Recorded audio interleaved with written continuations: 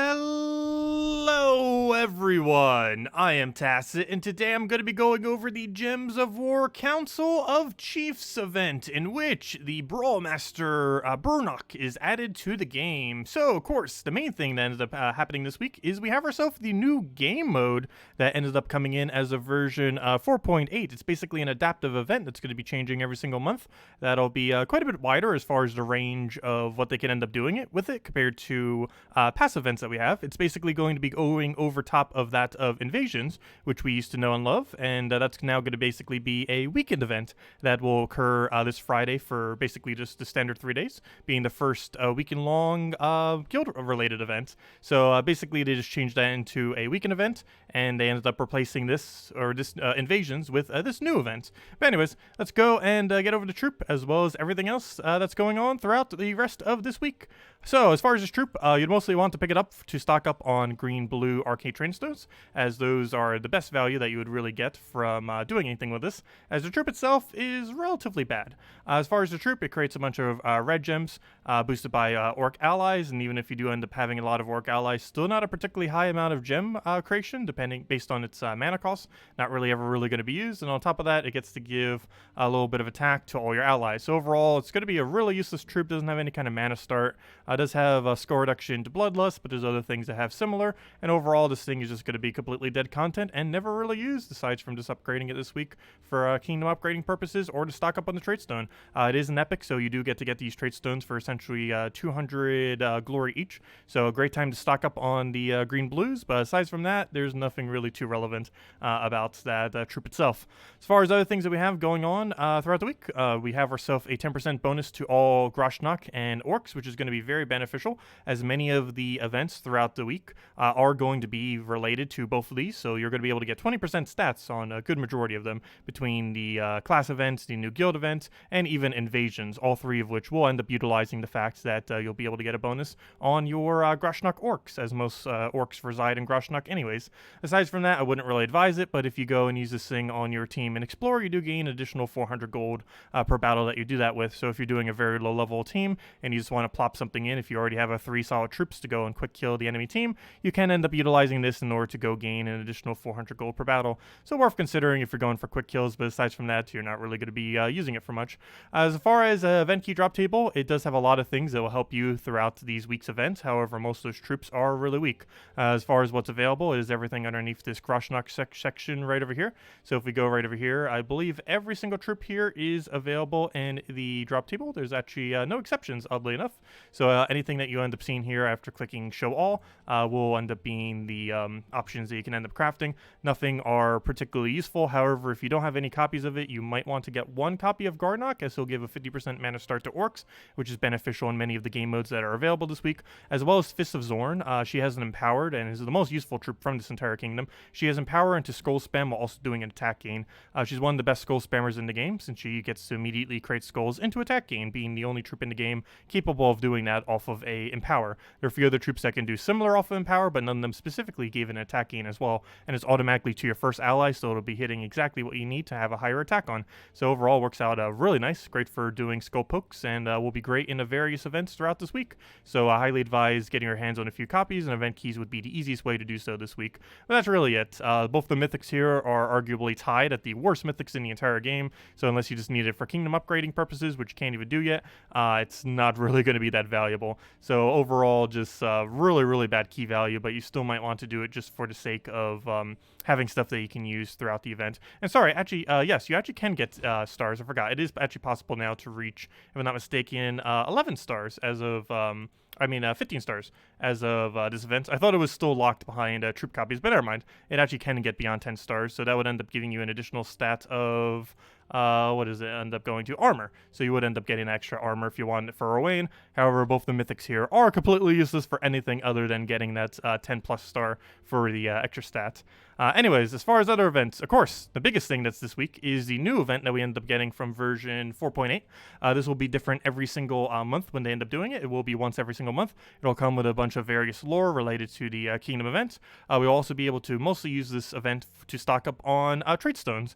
This is basically a new method method to be able to go and obtain trait stones that isn't specifically explore or throwing some gold into your guild. As far as how the event gets scored, this will change every single time. However, the battle system will remain remotely the same, just with different restrictions. The range of which they can do restrictions for this game mode is quite a bit wider than they've been able to do in the past, and also applies to your weapon, unlike many other game modes where your weapon can pretty much be whatever you want. But the main focus is always on the metal. Every single time there will be a different metal that you'll end up being able to accumulate during the event. This metal will only work specifically for the event itself. So right now we have ourselves a potential 130% additional skull damage. However, this only works for this week, and it only works specifically for this event. After this week, all 3 of these will be converted into medals of seasons, which currently don't exist, but as soon as Monday hits for next week, all of your medals of chiefs will become seasons, medals of seasons, badges to badges, and tokens to tokens. And basically what seasons do is the badge of seasons ends up giving 1 to attack, HP, and armor, and the medal of seasons ends up giving 4 attack, HP, and armor, which is going to be pretty solid. All future events will also transfer over to this exact same one. So medals of seasons, or whatever the medal is for next week, let's say it's a magic bonus one, it'll end up converting over similarly, just as this chief ones does, over to medal of seasons. Throughout this game mode, any medals that you get will always go to medals of seasons, which is also an epic rarity traitstone. Epic rarity medal. So you will be able to use this to medal up troops, similarly to how you use Arachnia to level up troops. So all those will get converted at the end of the week. But during the week, we can of course use it for this game mode. Generally, how this game mode goes is you want to go and take whatever the highest level and highest rarity room is that you have, unless you're at a point where you find that you're not able to kill them out. But right here, we'll just simply go and kill it out real quick. I'm using a Fist of Zorn oriented team where we're basically just going skull to skull to skull and just spamming skulls until we win is pretty much the bottom line to this team.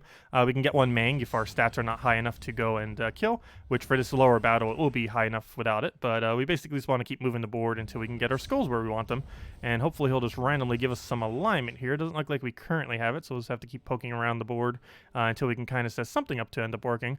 So we'll just keep moving around, and that does give us what we need. We can also do board clear off of our other ability. It's not much of a board clear, but it will hopefully be enough to get something rolling. And we'll go for a Mang here just to guarantee we get those one-shots. However, I do have the additional damage medal set, so we should easily be able to one-shot even without the Mang for this particular battle here. Only when we have to fight the higher stats would it really not be enough. But we'll go for here, try to get a skull in that kind of area so we can convert it. Doesn't look like we end up getting it, so we still don't have an option for that. Sometimes even if we have no alignment, we might still want to go for it, just because if there's 2 skulls in play, we could go and basically bait the enemy into guarantee giving us 1, and we can use barrier on Brown to kind of obfuscate any kind of damage that we would otherwise end up accumulating from it. But we'll go for another one of those pokes. Also gives us a little bit of attacking, of course, as mentioned earlier, and we just keep taking our pokes until we basically win with 4 one-shot skulls, since the medals would end up giving you enough damage that you're generally going to be one-shotting. So in this instance, we're obviously next going to want to go into this Battles of Shamans. I guess we'll do this too, might as well. And you basically want to go for whatever the highest rarity is, and then prioritize whatever the highest level is. And as all these game modes related to sigils, Vow Ravens do appear, and you'd obviously want to make sure those end up getting killed. Luckily this week we have a way to deny out yellow, so pretty easy to deal with this, and ends up working out pretty well. You may notice that we're using a Earth's Fury, and while Earth's Fury might not necessarily be the a Mang, while Mang might not be the absolute best option for something like this, we're kind of restricted to have to use this, and that the main reason because of this is this game mode does restrict weapons as well, which is unique pretty much to this game mode. Many other game modes pretty much let you use any weapon you want. Theoretically, even Guild Wars, even though you still need to use the same color, you are technically allowed to use other weapons, even though you'd get penalized score-wise.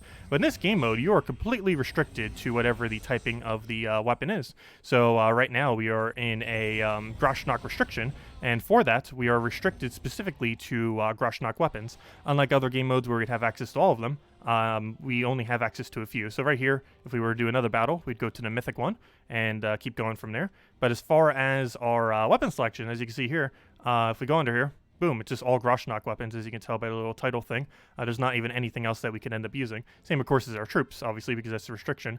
But it applies to our weapon, too, which is kind of unique to this game mode. And we'll make some of them a bit harder than normal, because obviously most game modes you won't be able to use something like Mang to upscale your attack. We don't have things like mana accumulations like Mountain Crusher and Essence of Evil and stuff like that. So it's generally going to be pretty limited in that regard what you can use for your weapons. And you're going to need to focus more so on your team composition more often than not than just cheesing it all with a really overpowered weapon. weapon more often than not. Other than that, there was one other thing I wanted to go mention here. Oh yes, there are bonuses that can occur onto these troops. There's two different types: affixes, which you can apply to their ability, which I haven't really been seeing much, so I haven't really been clicking on much to check them. But also traits that can end up being applied. As you can see here, this thing ends up getting a Death Touch, which allows it to place Death Mark whenever it takes skull damage. But within this game mode, you will eventually see, on Legendary and Mythic battles in particular, you'll end up seeing troops that have these extra bonuses, either off their traits or off of a affix on their ability. Keep in mind, if it is a trait that keeps reoccurring, for example, Death Touch right here, it is stunnable. So if we were to stun this, he would not have Death Touch anymore. However, any troop that ends up gaining an affix, which this one doesn't currently have, but if it has any kind of affix on this, which gives it an additional benefit of some kind, which are pretty much the same benefits that weapons end up accumulating. If it was to have that, you cannot stun it away. The trait ones you can if it's reoccurring, however the ones on its ability itself you cannot. So do be mindful of that if you ever encounter these.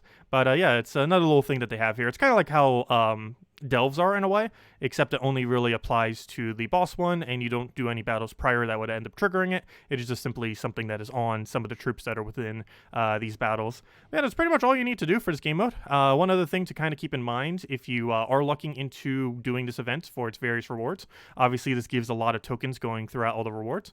Going through all 12 of the stages can give you 10 of the tokens. You'll end up getting 18 tokens from buying up to tier 6. You get specifically in order of 1, 2, 3, another 3, a 4, and then a 5. You don't really ever want to go for the one on the final pack. Main reason being is that it costs 500 each, and the ones that you end up getting across all these other ones are less than 100 each. For example, it takes 1,350 in order to get to stage 6, all the way over here. And that basically means with the 18 tokens that you would end up accumulating through buying all these packs, that would end up costing you under 100 each per thing. And to buy them at a 500 each on that final pack is definitely 100% not worth it, so I would not advise. If you're looking to get specifically a certain amount of Medals of Seasons by the end of this event, if your guild completely completes out all the tasks, you would only need to go to tier 4 in order to have 2 Medals of Seasons. And if you're looking to get 3 Medals of Seasons, you would have to go and buy all the way to tier 6, and your guild would have to go at least to stage 11, which if you're buying to tier 6, you'd probably be able to reach stage 12. But all you would need is stage 11 with 6, or all the way to get 3. And for tier 4, you would just need to complete out all the way to stage 4, and you would end up getting 2 by the end of the event. So if you're looking to have seasons into future guild wars, or just to have for various battles, those are basically the 2 milestones: 4 for 2, and 3 for tier 6. So do be mindful of that. And buying up to tier 4 costs 500 gems, and buying up to tier 6 costs 1,350 gems if you're looking to allocate gems towards either of those 2 sets. And you get a few other things along the way, like eligible troops for the game mode, more sigils obviously for the battles, a bit of diamonds here and there, some legendary ingots, and some of the standard like portraits and or the emoji things, which can save some gems, as well as potion effects that just help speed up the battles. And other than that, it gives kind of pretty standard things like orbs and all the normal stuff that we get here, some event keys, some vault keys, all the things that something like Raids or Invasion or anything would give. But yeah, that's pretty much the game mode. We'll see what they kind of do into the future, as this will be one of the more adaptive events that they have in the game. So what we see from month to month could vary more so than others. So we'll just kind of have to wait and see what they end up doing with it. But that is basically the new game mode. If you still have any other questions, do feel free to leave it around. But anyways, as far as other things that are just going on this week, today, of course, we have ourselves the Orc pet. This will be pretty useful since pretty much every single thing this week is centered around Orcs as far as events are concerned. Tomorrow for Thursday, we're going to be getting the Barbarian class event. Barbarian, relatively bad hero class. However, it does have 20% additional stats this week and will synergize into various game modes, like its own game mode, as well as this Friday for Invasions, as well as theoretically, if you wanted to, you could also end up incorporating it into the Council of Chiefs event, if you want to use it for that. And this Friday, we have our first ever guild-wide event for a weekend event. It is going to be Invasions. It's the same Invasions that we've always had. There's no difference with it. There's one difference. The game mode still plays out the exact same. All the rewards are still the exact same. The difference with this Invasion compared to how it normally is the amount of battles you need to do are greatly reduced. And the reason for this is obviously because normally it takes 7 days to complete, and now it's only going to be 3 days. So do make sure you communicate with your guild and get everyone to at least contribute some, because you will need to still get all the rewards for it. And unlike most weekend events, you do need your entire guild participating in order to end up getting this event completed. So do be mindful of that. And while this is the first guild-wide weekend event, we also are going to have non-guild-wide week events, basically the inverse of that.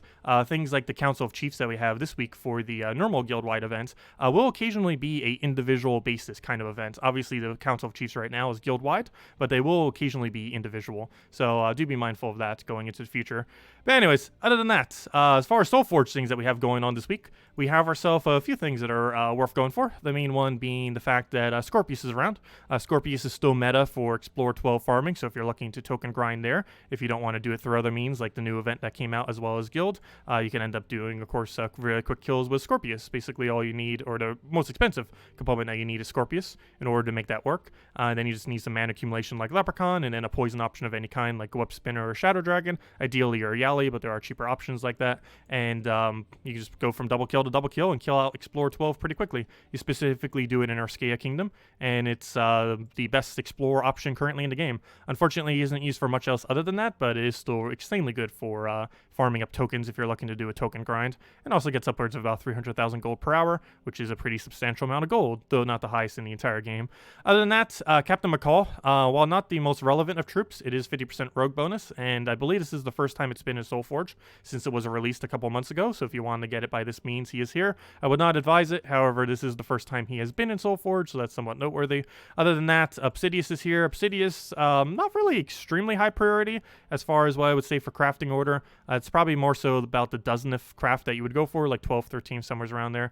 It's pretty good for Guild Wars and some similar things to that. It has the best stun in the game, being able to stun the entire enemy team with a single extra turn. It also has a pretty substantially high amount of skull reduction as well as a storm into itself. It's kind of like an Infernus troop. Biggest issue with it is how it distributes damage is really annoying since it's based on a percent chance, and its board control can take a little bit of time to actually use and a little bit of getting used to, as it's a little bit of a weird with a 5x5 explosion. But overall, it's a decent troop, mostly only utilized for its high score reduction into its stun, particularly in things like Guild Wars. But other than that, not really too good to go out of your way for, but worth considering nonetheless. Other than that, as far as weapons, 100% best thing to go for, and you should ideally leave this week with make sure you have, is Earth's Fury. Earth's Fury is one of the stronger weapons in the game, as well as one of the best invasion, one of the best invasion weapons in the game. So if you're looking to end up having a better option for whenever you do invasions, which of course is this Friday, so worth considering, as this weekend is an invasion event, it is worth considering getting. It's basically like a Mang, except it distributes the attack to your entire team. It overall gains your team more attack than that of a Mang, however it distributes it.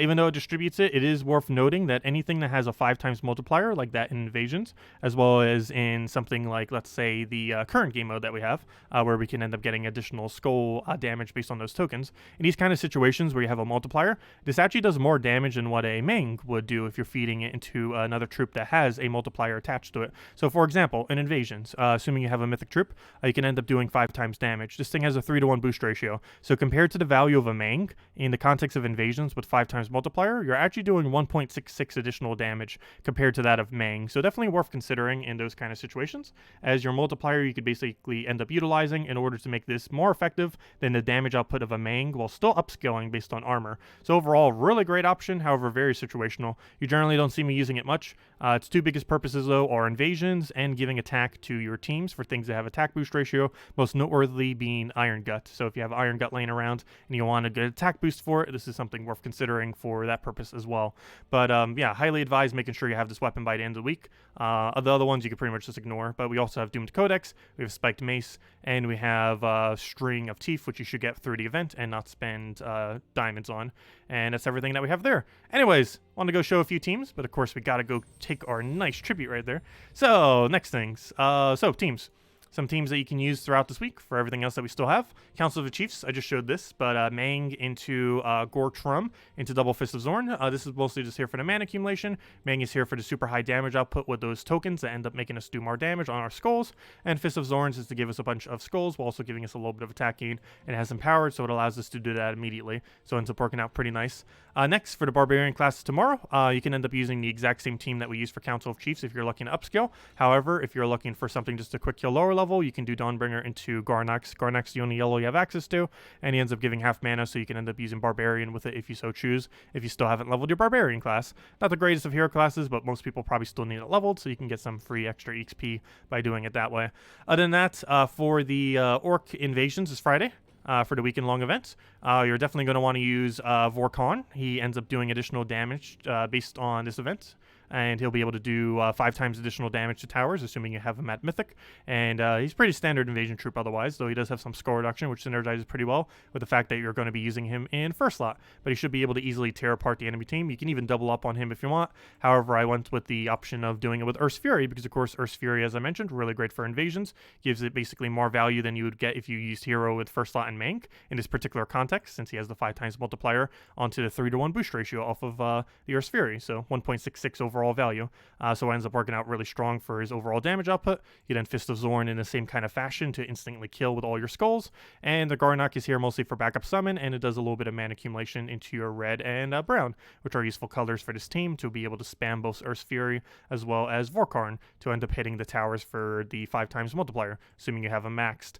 And other than that, of course, Scorpius is worth mentioning. Of course, for any of you that don't know, the meta for, or one of the metas for farming Explore 12 is to go to Urskea and use a Scorpius team for it, specifically this team or similar, which is Mountain Crusher, Scorpius, Leprechaun, and any poison in the entire game that hits all enemies. Main options for this are Web Spinner, Shadow Dragon, or Yali. If you have a Yali, that would be the best option generally. However, cheapest best option would probably be Shadow Dragon otherwise. You'd also want to use a Shadow Dragon in front of your Leprechaun if you are using a Shadow Dragon instead of your Yali. The basic premise of this is you go get an extra turn, do a bunch of mana accumulation. After you have that extra turn, you'll have them all poisoned if you're using a Yali build. Then you can double kill Scorpius again after mana accumulating between Mountain Crusher and Leprechaun. Rinse and repeat until you get the entirety of it done, and you just keep farming tokens that way. And it's the highest token rate in the entire game, of which I am aware of, and it gives a lot of other resources along the way, like traitstones and a pretty substantial amount of gold. It is only possible in Urskea, as Urskea is the only location that has 0 immune to poison, but overall still a really great option to be using. It's not really used in too many other game modes, but definitely worth considering picking up if you want to go do some token grinding within that of Explore. But anyways, guys, that'll wrap it up for this video. If you still have any other questions, feel free to leave it in the comment section below. Hope all of you are staying safe from the virus out there and practicing social distancing. And yeah, we'll be back soon with some streams going over more of the events and just the normal stuff that we go over. And of course, this Friday we'll be messing around with our first ever weekend invasion event, which we might be able to get done in one day. I'm not sure exactly how it scales. We won't really know until it gets out. The only thing we really know is it's going to require a much less amount of points, probably about half, compared to the amount of points that we previously needed for other events. But anyways, guys, stay safe. I will catch you guys later, and goodbye, everyone. Thank you so much for watching.